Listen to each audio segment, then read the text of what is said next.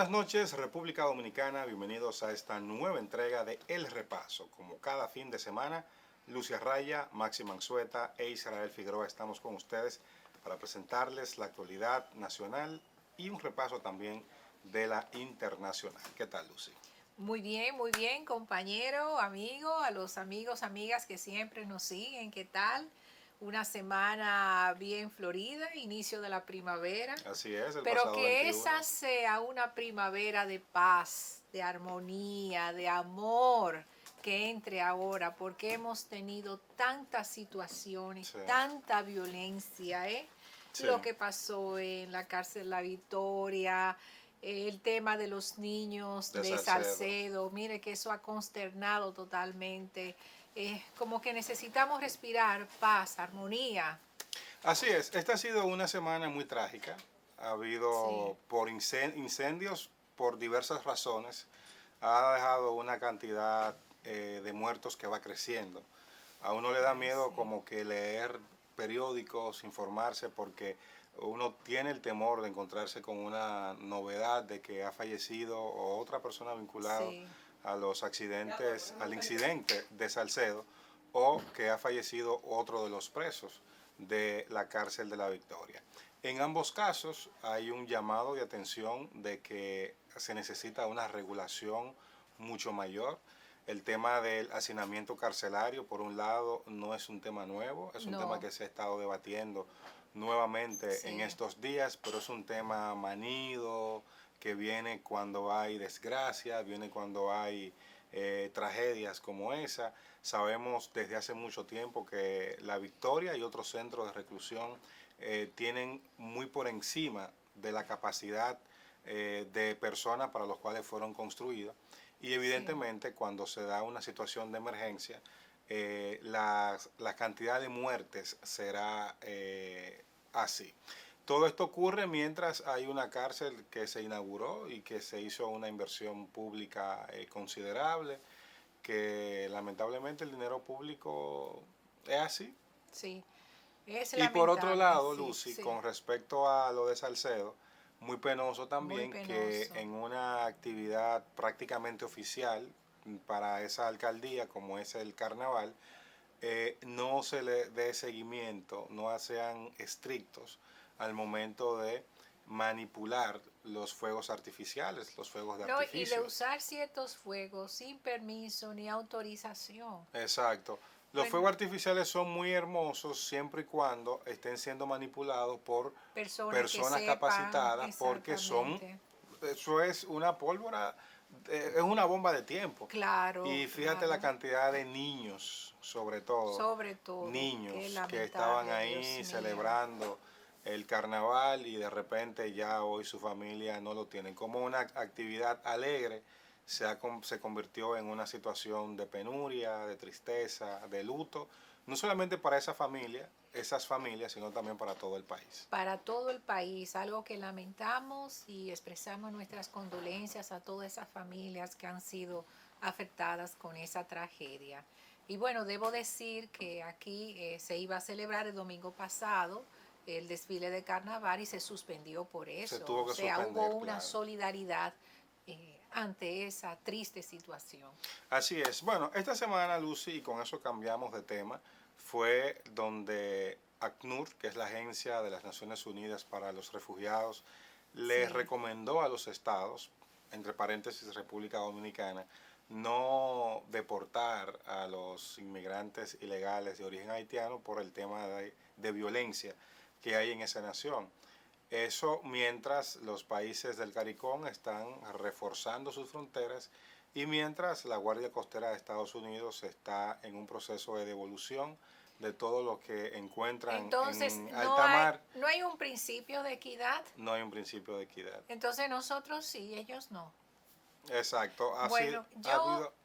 voy por la misma línea que el señor canciller ha hablado, inclusive en una entrevista que tuvo con la famosa Cristina periodista Mampur, Cristina SNN. Mampur.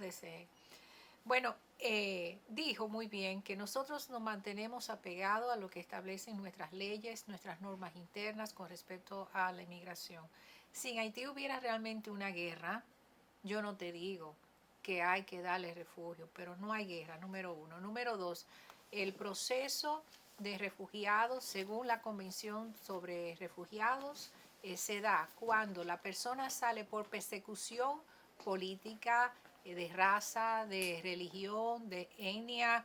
Esa persona sale, entra al otro estado y en un plazo de 15 días desde que entra es que se concede, debe solicitar el estatus de refugiado. Entonces se le concede. Ah, pero tiene que tener un documento que diga, yo soy fulano de tal y yo quiero que aquí Exactamente, me acojan como refugiado. eso no es tan fácil, eso requiere de un proceso que tienen que hacer. Y entonces todos esos haitianos, ciudadanos haitianos, hermanos que están acá desde hace un año, después de un año le vamos a dar un estatus de refugiado. Eso no tiene coherencia con lo que establece la convención. La convención sobre los refugiados es muy clara. Entonces, ese tema, eso ya el gobierno dominicano tomó una postura con eso y el gobierno dominicano es soberano de decidir lo que más convenga a los intereses nacionales. Bueno, así es. Y podríamos ver un pedacito de esa entrevista. Vamos a ver cuáles fueron los puntos que utilizó el canciller de la República, Roberto Álvarez, para defender la posición dominicana ante la prensa de Estados Unidos. Adelante. Foreign Minister, obviously there's a massive humanitarian crisis. You're trying to secure the Dominican Republic, but are you doing anything to facilitate the relief of humanitarian disaster, like letting food in or facilitating more aid into Haiti right now? First of all, Christian, along the border between the Dominican Republic and Haiti, there are multiple binational markets that operate every week, even now, under these dire conditions. And those are the main areas where the Haitians themselves purchase most of the food, water, and other merchandise for everyday living. Along the border, we have a 391 kilometers border. And again, these binational markets are in operation today. Secondly, we have supplied different hospitals, embassies, and so on with fuel and other needs at different moments. We have, in the past, also been a transshipment point for a lot of humanitarian assistance. At this point, today, the airport in Haiti is closed. Yeah. So there is no way, you cannot even cross over the border because the gangs control the highways into Port-au-Prince. So getting humanitarian assistance into Haiti today is one of the challenges. Certainly is. Foreign Minister Alvarez. Bueno, ahí vimos y escuchamos al canciller en esa intervención, preguntas muy incisivas. Sí. La periodista Amanpour, pero una buena defensa del ministro de Relaciones Exteriores. Hacemos una pausa y el regreso más de El Repaso, así que no se muevan.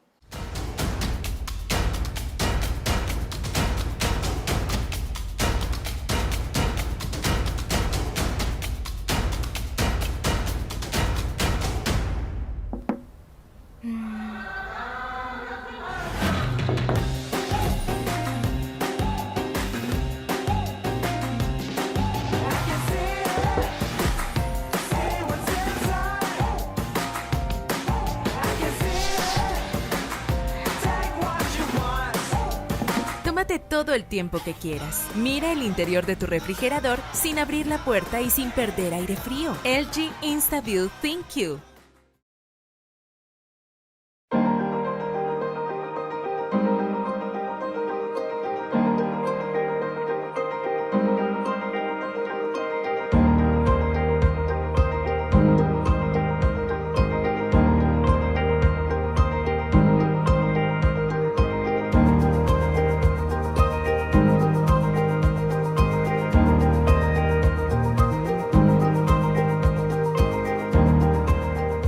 Plaza Lama, la super tienda.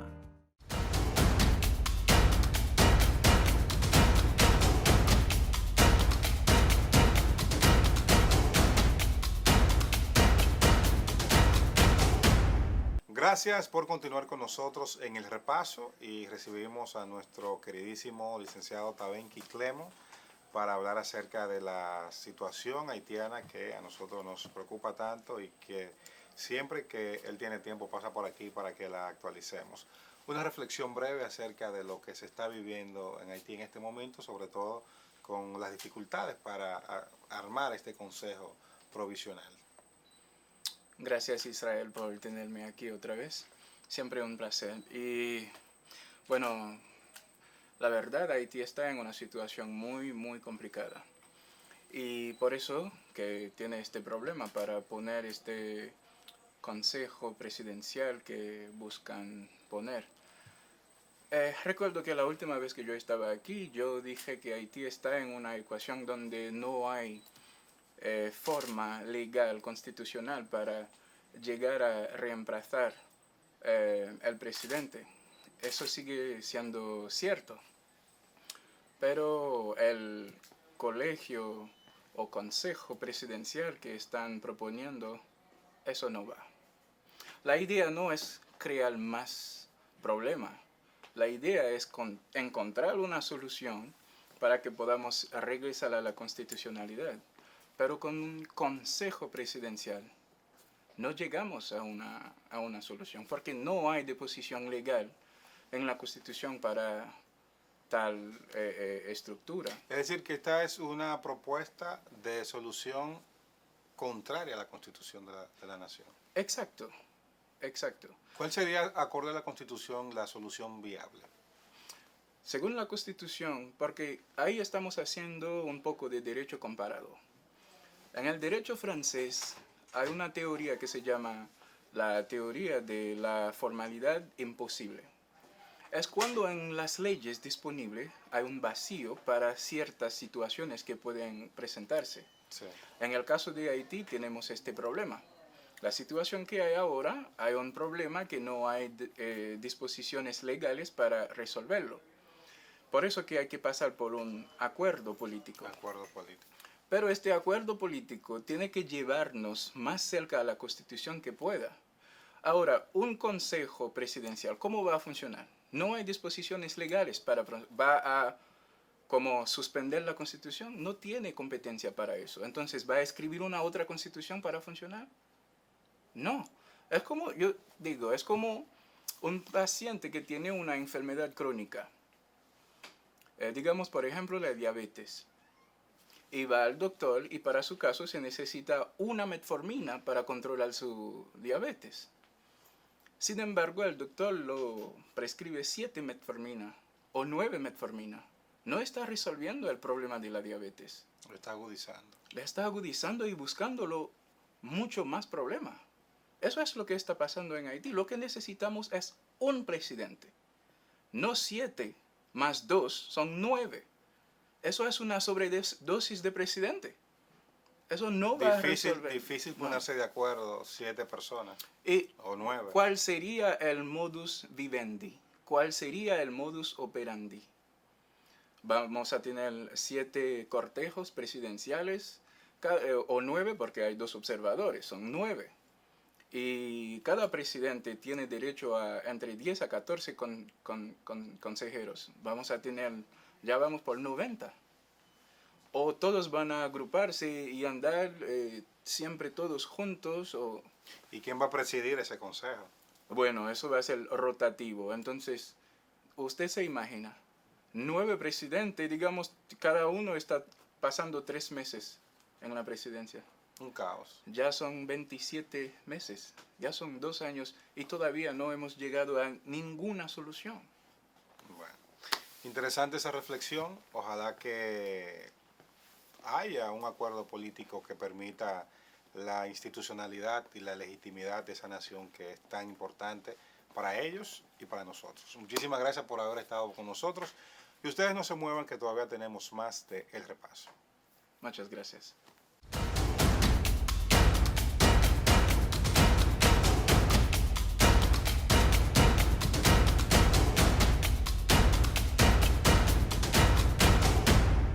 Y bien, amigos, amigas, continuando con más. Ahora con mi compañero Israel Figueroa. Israel, estuviste fuera de las fronteras dominicanas. Bueno, tú sabes que vimos esta semana también una gira muy exitosa que tuvo una comisión del Senado de la República que estuvo en Washington, una comisión reuniéndose con funcionarios de alto nivel, con congresistas, participando en las plenarias de trabajo del grupo de integración Parlamentarios por las Américas, Parlaméricas. Qué bien, qué interesante. Y es interesante cuando todas las diferentes posiciones del Estado Sí. giran hacia una misma dirección.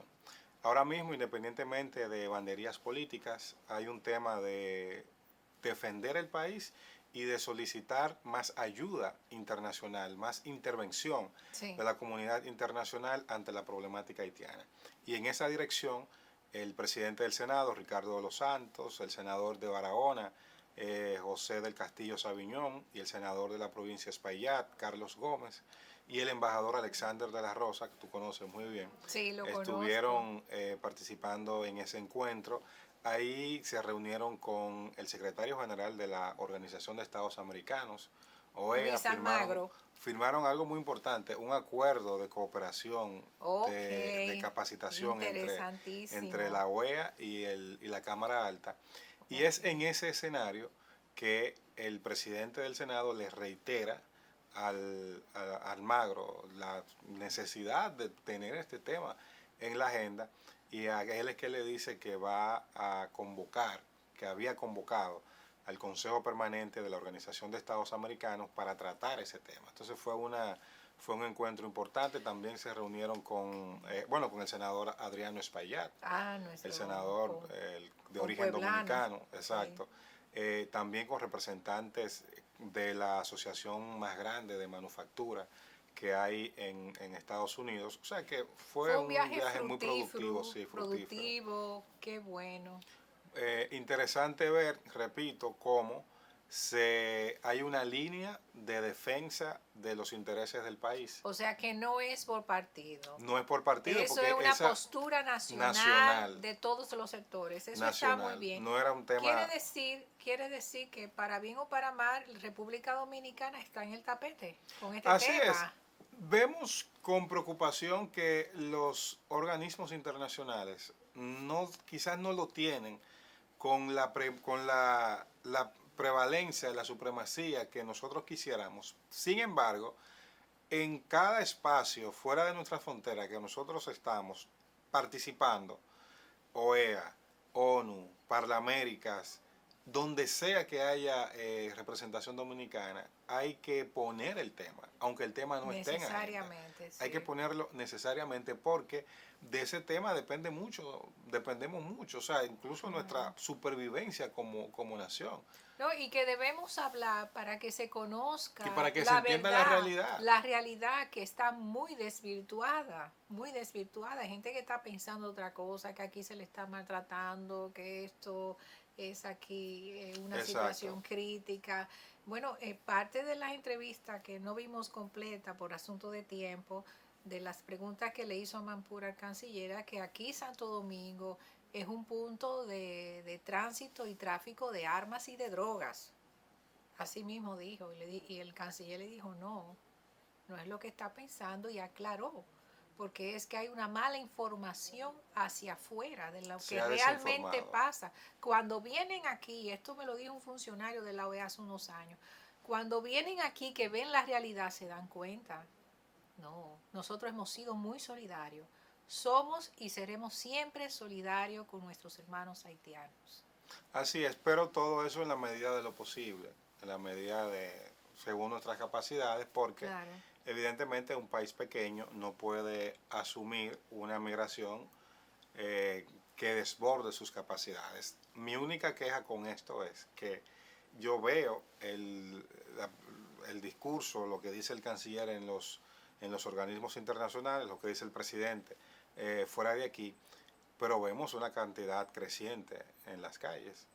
Vemos vehículos con placa haitiana circulando libremente. Yo preguntaba en redes esta semana si hay algún convenio, algún acuerdo legalmente que que permite Permitan, sí. que eso pase, porque yo tengo entendido que no se puede, pero parece que sí, porque andan libremente y cada vez uno ve Sí, hay un más. acuerdo bilateral. Bueno, sería bueno entonces que Pero lo con den a ciertos conocer. requisitos, ciertos controles. Porque yo tengo entendido que las placas diplomáticas se permiten, ¿tú entiendes? Pero vemos por todos lados vehículos, o sea, entonces que nos expliquen qué está pasando ahí.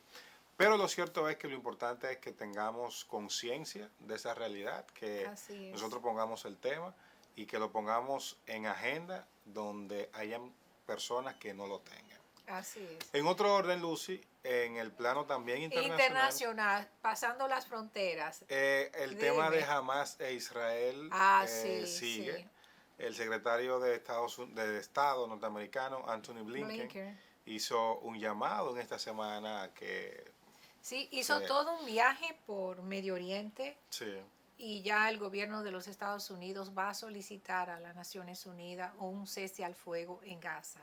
En este caso será el Consejo de Seguridad y el Consejo de Seguridad va a emitir una resolución para entonces demandar el cese al fuego, el paso de la ayuda humanitaria que hay que atender y la liberación de los rehenes, de los judíos que todavía están en manos del grupo Hamas. Entonces Así es. eso es importante, que Estados Unidos haga eso, que apoye a ver si de alguna forma se puede negociar, porque para que haya una conversación tiene que pararse primero la hostilidad. bueno, así es. En otro orden, Lucy, déjame hacerte una pregunta media capicúa. Con el tema de la frontera, y como está la situación haitiana, ¿cuál gobierno le conviene más a la República Dominicana en Estados Unidos? ¿Un gobierno demócrata o un gobierno republicano? Republicano, Eso mismo pienso yo. así es. No conviene un gobierno No conviene republicano, un gobierno porque republicano. la visión del tema migratorio que tienen los demócratas y el trato que nos han dado históricamente no ha sido, Oh, pero los No ha demócratas sido- fueron los que nos intervinieron las dos veces, no ha sido de la mejor manera. en el claro. 1916 y en el 1965, Sí. son ellos. Para que tú veas, mucha gente no quisiera que Trump regrese, pero nosotros sabemos que por lo menos en ese tema No, claro. uno va a tener un aliado. No, y él tiene inversiones aquí en el país, él sabe. Sí. Digo, no es que esté a su favor, también defiendo a los demócratas y todo. Bueno, vamos a ver, que sea lo mejor para el pueblo estadounidense y para todo el mundo que está tan pendiente y dando seguimiento a esas elecciones. Así Lo que es. yo me pregunto, ¿cómo a estas alturas un país con tantos recursos y capacidades, dos personas mayores, llegan Ancianos. a este nivel? Llegan a No, este y nivel a competir. y regularmente Estados Unidos nos ha acostumbrado a presentar candidatos, a veces hasta desconocidos, Sí, pero con juventud, Juven- con buena preparación, entusiasmo. entusiasman a sus seguidores. Sin embargo, esta vez no. Esta vez han sido, señores, sí. dialécticamente imposible. Han sido dos ancianos, dos octogenarios, Octogenarios. uno con más vigor que otro, pero octogenario al fin. Hacemos una Bueno. pausa y al regreso más del repaso, por favor, no se retire.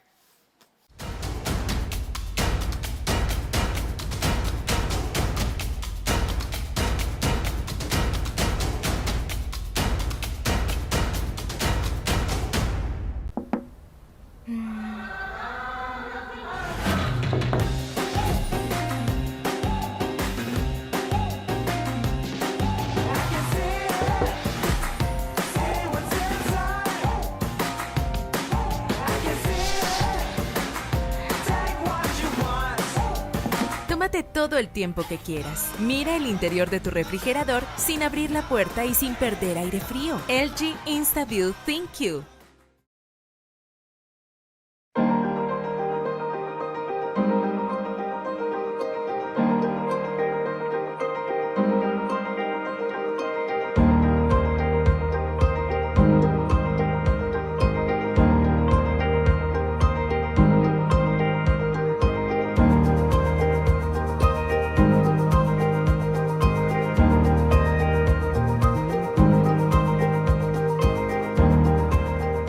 Plaza Lama, la super tienda.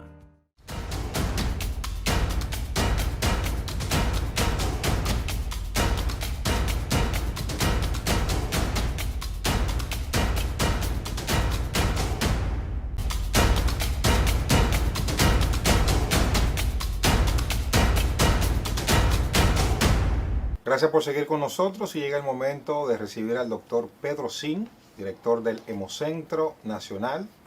Nos sentimos muy gratos con su visita. Doctor, bienvenido y esperamos tener una conversación muy interesante con usted para orientar a la población acerca del gran servicio que ustedes están realizando.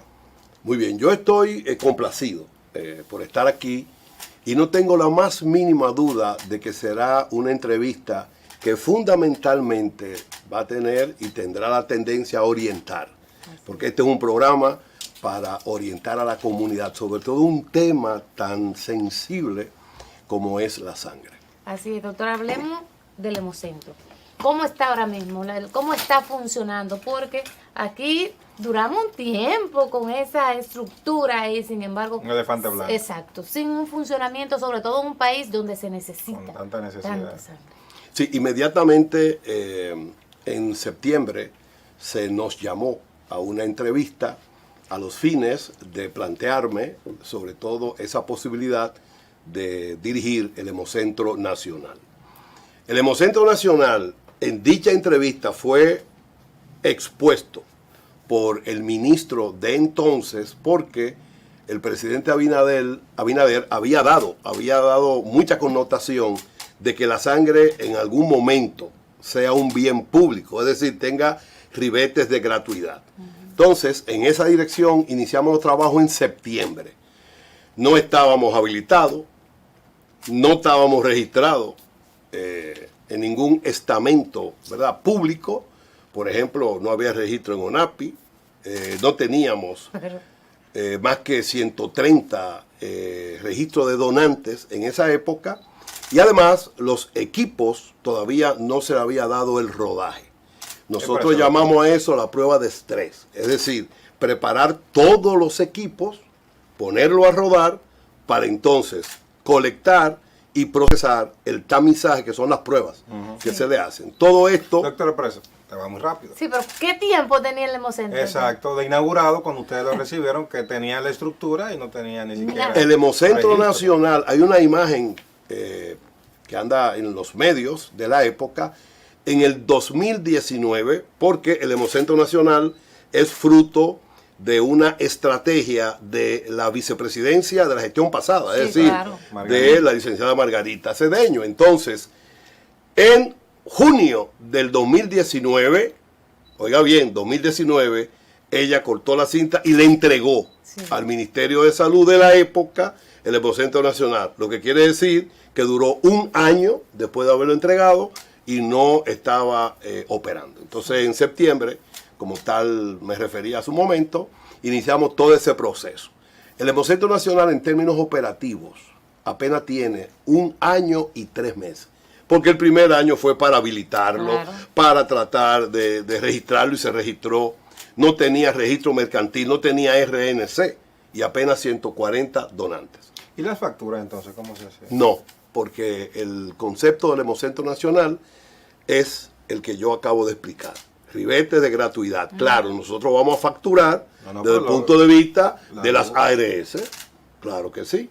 La única ARS, hay que decirlo, que paga por el procesamiento de la sangre es SENASA. Las demás lo que pagan es la transfusión, la parte inherente a la conexión con el paciente.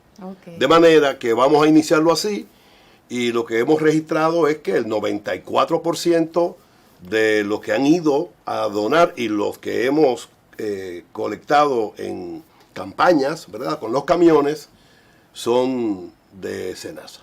¿Y cuánto? Usted dijo, que encontró 100 y tantos donantes. ¿Cuál es la realidad? 140 donantes registrados, o sea, un registro, no era que habían captado. Bueno, ahora tenemos cerca de 16,000 personas que han donado sangre. Es importante. O sea, y el registro está, y el acercamiento está en 45,000. Wow. Doctor, háblenos un poquito ya nos habló de esa parte inicial, de cómo ustedes comenzaron el trabajo del Hemocentro, cómo lo encontraron, pero para la población beneficiarse del servicio, ¿cómo se acercan a ustedes y cómo es ese procedimiento de recibir ese bien tan necesario que de eso puede depender la vida de una persona en un momento. Sí, en principio nosotros veíamos la estrategia que estaba trunca. ¿Por qué? Porque el modelo es el siguiente. En una red llamada nodos, que es un nodo, un banco de sangre capaz de poder captar con satélites también, ellos captarían la sangre y nosotros desde el Hemocentro la vamos a buscar con el transporte sanitario que tenemos, procesamos y se la regresamos para que ellos le distribuyan. Si hubiese sido así, todavía estuviéramos dando tropiezos. ¿Por qué? Porque la gente iba a decir, pero dicen que el Hemocentro está aperturado, está abierto y cada día más emergencia de sangre. No, nosotros llegamos, discutimos eso y colocamos a la mesa la unidad de respuesta rápida para emergencias transfusionales, la URRET. Y a través de ahí es que ya hemos colocado cerca de 12.000 hemocomponentes. Wow. Y hay un dato muy importante también. El 60% de la colecta nuestra es voluntaria. Eso es muy importante porque la colecta por reposición, que es lo que más se utiliza en el país durante todos estos años, es bueno como dato cultural recordar que en República Dominicana la sangre se transfunde, se coloca, se pone a los pacientes hace 75 años. O sea que tenemos una deuda impresionante, porque a nadie se le ocurrió que era importante orientar a la población en términos de trazar una cultura para la donación voluntaria. ¿Por qué tiene que ser voluntaria, altruista y repetitiva? Las mujeres pueden donar cada 4 meses, al año, y el hombre cada 3 meses. La mujer puede donar siempre y cuando tenga la hemoglobina por encima de 12.5 gramos por decilitro y el hombre por encima de 13.5 gramos por decilitro. Entonces, cuando tú tienes un problema en tu casa y tú vas a donar, tú tienes que leer un consentimiento informado y la doctora o el doctor te va a hacer un historial. Entonces, como tú quieres donar porque tiene una premura, tiene una emergencia en la familia, hay preguntas que tú pudieras obviar. Sí. Entonces, no es segura la sangre en reposición. Entonces, lo seguro es que sea algo voluntario y algo altruista. Donación viene de un don. Sí. Entonces necesitamos que programas como este, que son de un espectro importante de colaboración, miren, debemos de convocar y unir voluntades y transitar por un camino que aún en la diversidad podamos disminuir esta demanda y este déficit aberrante de sangre. A ver, tenemos 300.000 unidades como demanda. Si a eso, al 2022, es decir, el año pasado, le restamos lo que se colectó, que fueron cerca de 124.850, tenemos un déficit de más del 50%. Eso es mucho. Entonces es mucho. No esperemos que nos toque a la puerta.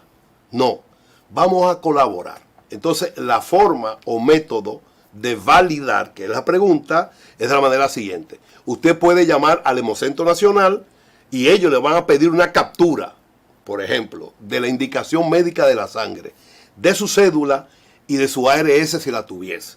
Ya el manejo del diagnóstico se puede hacer con mucha confidencialidad.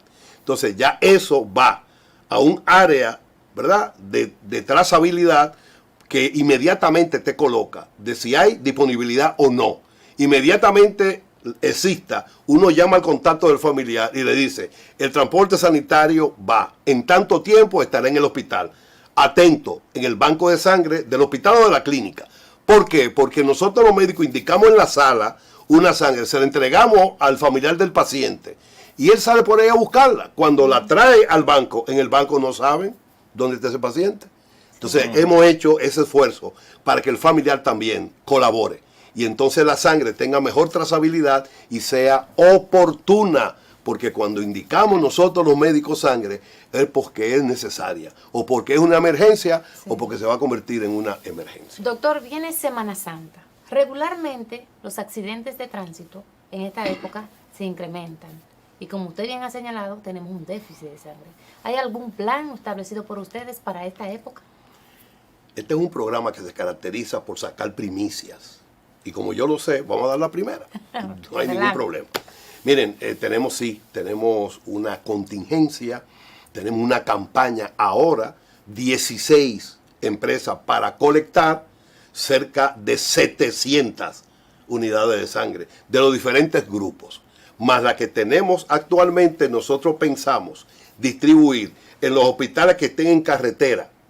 Vamos a colocar en su banco de sangre las bolsas, las unidades necesarias para cubrir esas emergencias a las que tú te refieres. No importa el tipo, el grupo de sangre, vamos a estar sobre ello. Tenemos el componente de Higüey, Puerto Plata, ¿verdad? Tenemos el componente del norte, también están los ríos, y tenemos que visitar todos estos hospitales en todas estas ciudades que están en carreteras, están en lugares donde son muy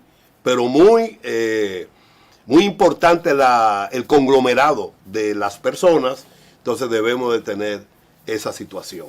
La sangre, de alguna manera, tiene un enfoque hasta de seguridad nacional. Sí. Claro. Eso es así. Entonces estamos en eso y nosotros sentimos, por ejemplo, otra primicia.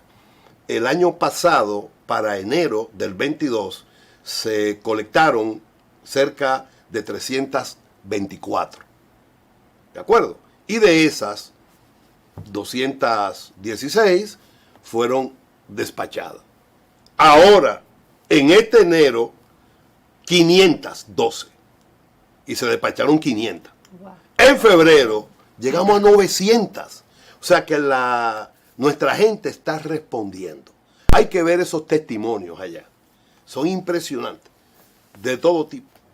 Y yo creo que hay situaciones que no pueden esperar. Yo puedo decirlo aquí porque es algo público. Sí, claro. El tema del periodista Colombo, nuestro amigo, que fue sometido a una intervención cardiovascular y salió publicado que el Hemocentro Nacional aportó esa sangre. Por ejemplo, ven, creo que tiene una hija, así sí que ella es periodista. Sí.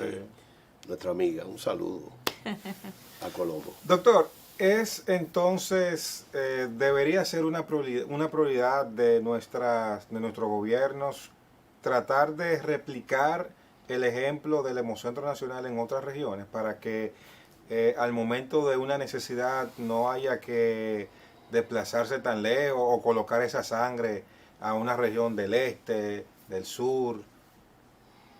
Tercera primicia, vine hoy así, no sé Pero por usted- qué. usted Entregado. está hoy- Ah, bueno, Entregado. fue una orden que me dieron, de parte de ustedes, obviamente.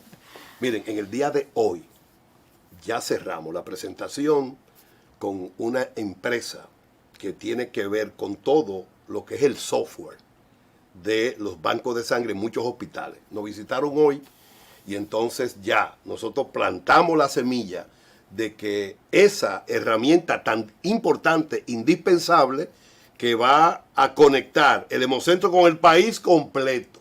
Desde aquí yo podría movilizar sangre que yo sé que en Dajabón se va a vencer porque no han llegado casos. Muévela para Montecristi, Ok. que tiene... Interesante, doctor. Esa es Eso una sí. trazabilidad que ya vamos a tener.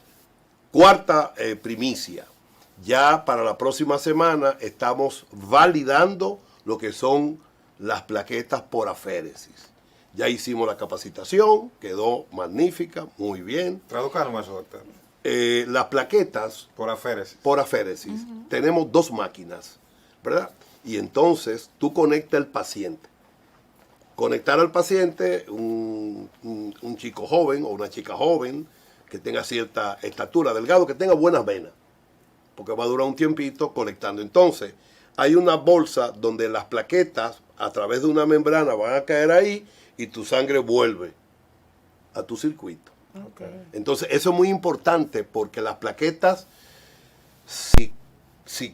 o casi siempre, o siempre, están al borde de una emergencia, porque las plaquetas son pequeñas unidades que pertenecen a la coagulación primaria. Cuando tú te afeitas y te rasuras un poquito, tú ves que se te pone un puntito de Sí. sangre y una pequeña costra. Esas son las plaquetas por dentro que están asistiendo allí.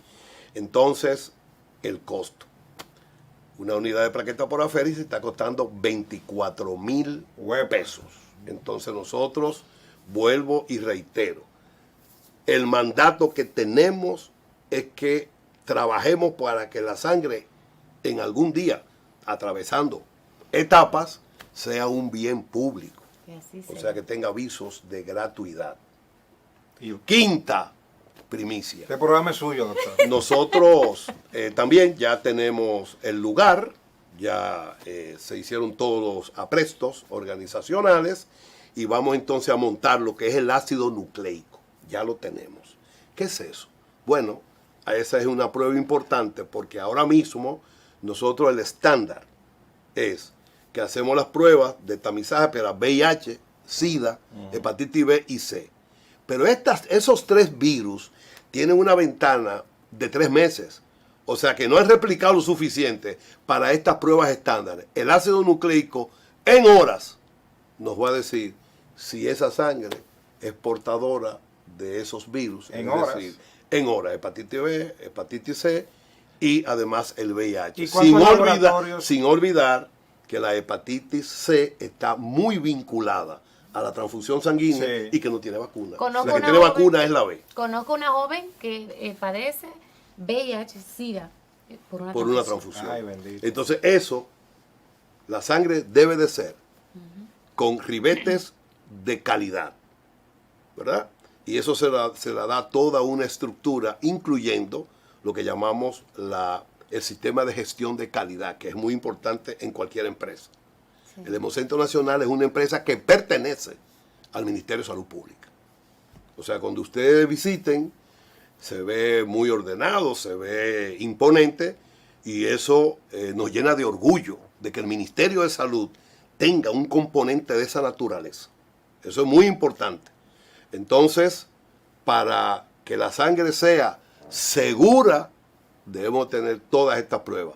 El Hemocentro Nacional debe estar entre las 3 unidades, digamos, que tiene el país de forma vigorosa ya de procesamiento de sangre, que hace más pruebas, realmente. Nosotros hacemos Chagas, es una enfermedad que lo tenemos en el Cono Sur, tenemos muchos amigos del sur, de Brasil, de Venezuela, y entonces si van a donar es importante hacerle esa prueba. Ok. Doctor, ¿cuántos laboratorios hay en el país con la capacidad de determinar en cuestión de horas la positividad o no de virus como el VIH? Ácido nucleico, si no 2, 3, no más de ahí. No más de ahí. No más de ahí. ¿Y O es sea que el costosa sector- la prueba, doctor? Sí, hay un banco que está acreditado internacionalmente, o sea que tiene que hacer la prueba obligatoria y eso encarece un poco más, Ok. un poquitito más la bolsa de sangre. No olviden lo siguiente, a ver, los insumos y los reactivos es lo que los usuarios, los que van a procurar la sangre que llevan un donante, ¿verdad? Entonces hay un costo de esa naturaleza. Entonces, desde el gobierno, reitero, fue un mandato del presidente Abinader al ministro, y obviamente el ministro de que sea con ribetes de gratuidad. Entonces, nosotros tenemos ya la forma o modo. Vamos a poner un ejemplo. Si nosotros despachamos 20,000 hemocomponentes, nosotros tenemos una cartera de servicio, ¿verdad? Tenemos, por ejemplo, plasma, tenemos paquetes globulares, tenemos crioprecipitado, tenemos plaquetas en 3 vertientes, no solo la féresis. Nosotros podemos utilizar, por ejemplo, tubos externos estériles. Tomamos 5 bolsas O positivo, por ejemplo, y con esos tubos podemos hacer un pool de plaquetas de 50,000, casi igual que la féresis.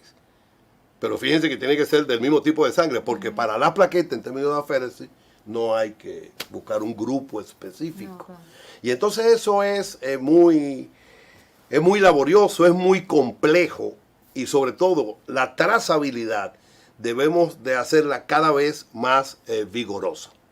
Porque, repito y reitero, la sangre por reposición no es la más segura, No, claro. Vamos a donar. por lo que sangre. habíamos Doctor, es mencionado. decir que cuando una persona va al hemocentro, a buscar una sangre tipo X, cualquiera que sea, cuando sale de ahí o cuando la recibe del hemocentro, puede tener la absoluta certeza de que esa sangre ha sido analizada, procesada, donde hay un margen súper mínimo, ínfimo de error, donde la calidad, donde los que trabajan ahí están pendientes de la calidad de los procesos para evitar errores. Eso es una verdad como un templo. Por eso yo hablé del sistema de gestión de Un calidad, sistema de gestión. que es muy, muy fuerte allá.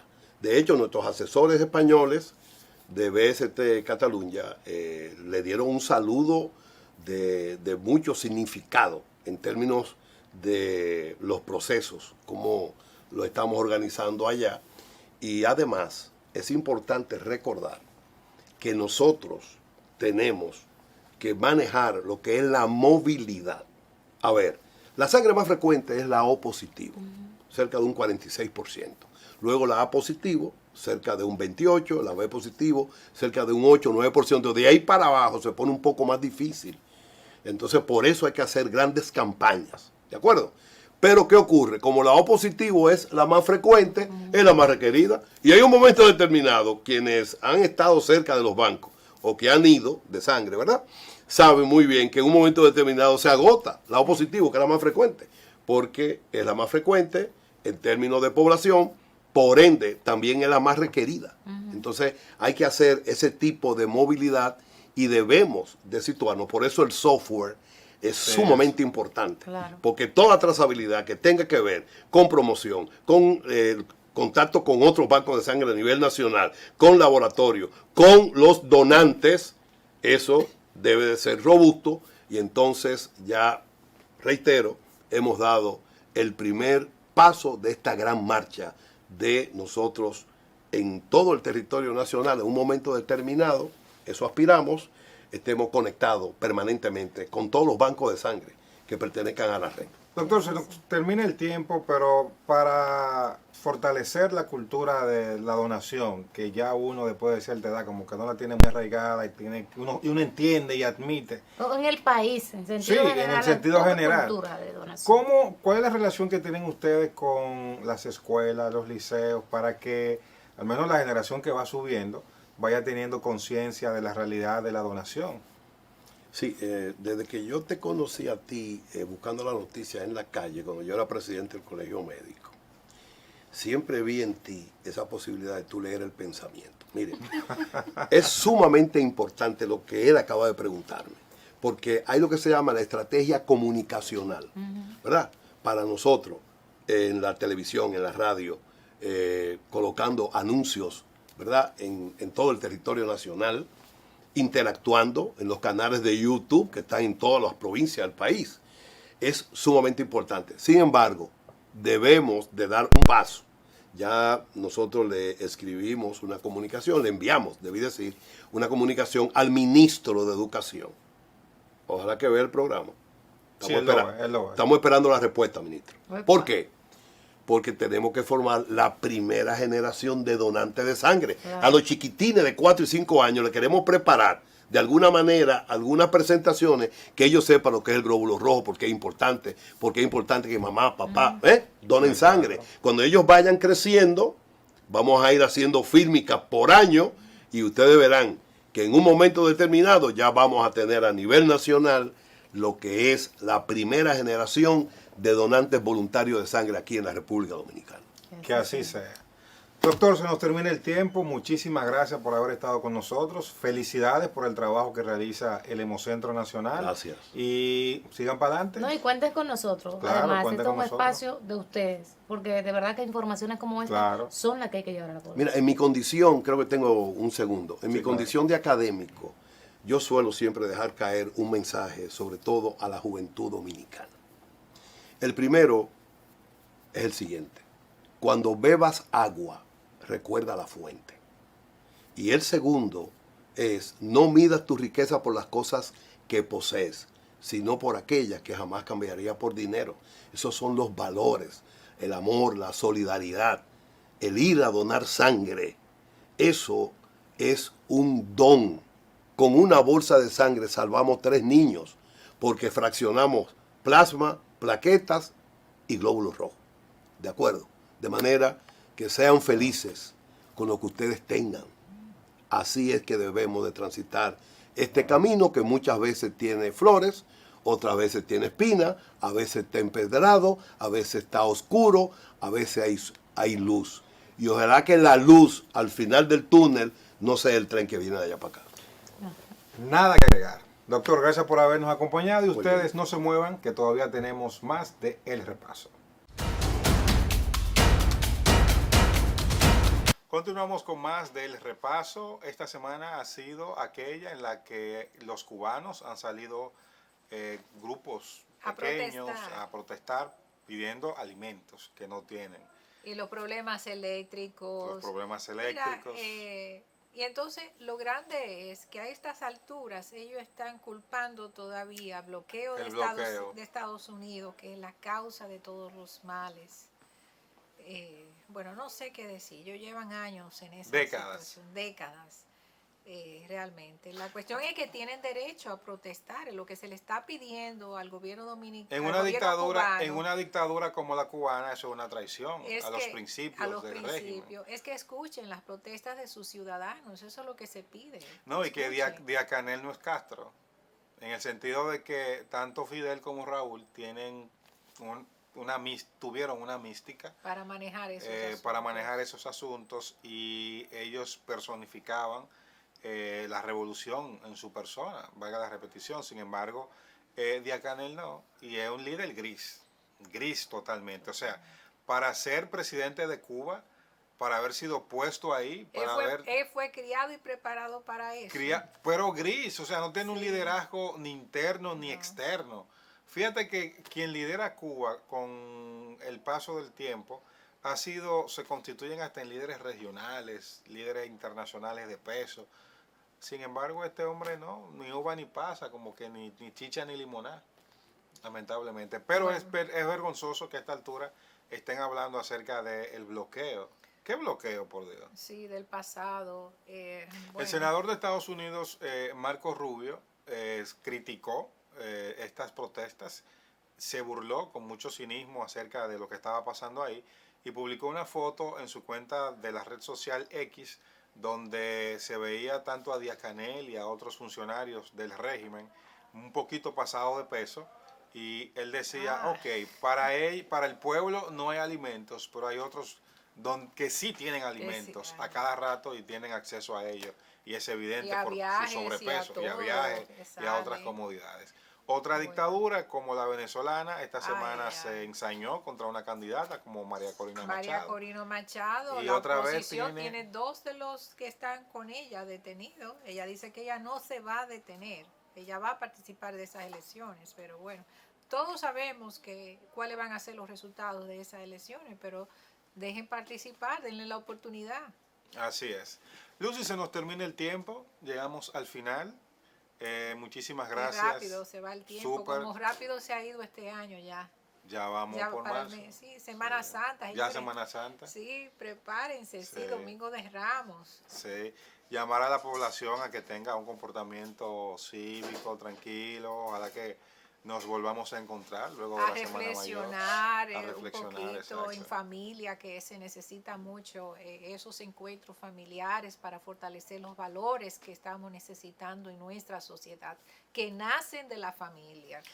Así es. Gracias por habernos acompañado y será hasta la próxima.